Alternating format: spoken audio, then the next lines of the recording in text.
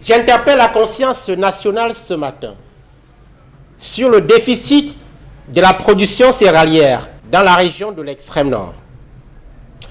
Le ministre de l'Agriculture et du Développement rural vient de révéler dans une récente sortie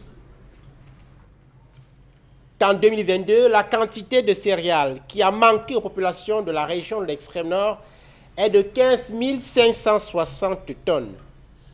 Si ce déficit n'a pas atteint le pic des 74 560 tonnes de 2021, il reste évidemment très élevé.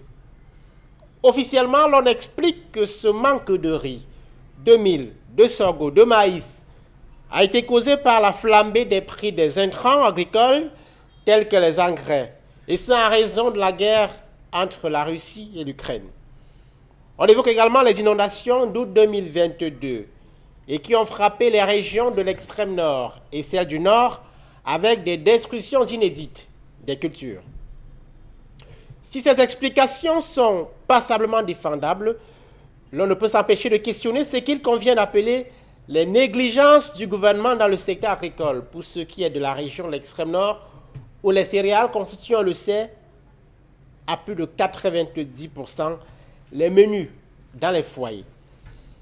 L'un des problèmes cruciaux auxquels il faut s'attaquer en priorité aujourd'hui à l'extrême nord, ce sont, on le sait, les changements climatiques.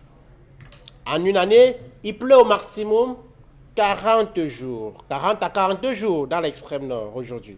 Autrement dit, il pleut environ un mois par an.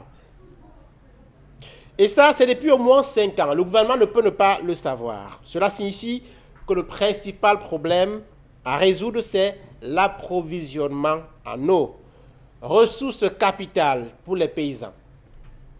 La diminution de l'approvisionnement en eau a été rendue encore plus sévère avec l'assèchement du lac Tchad, qui arrosait une bonne partie des parcelles des plantations et des cultures.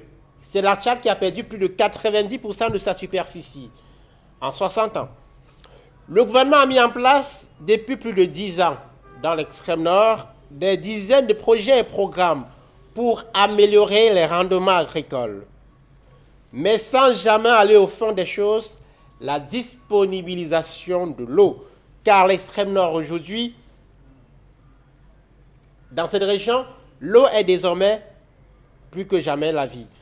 Et la pénurie actuelle maintient le spectre de l'insécurité alimentaire dans une région où la majorité des ménages pauvres n'arrivent plus à acheter du mil, du sorgho, du maïs, des produits qu'ils consomment pourtant essentiellement et majoritairement.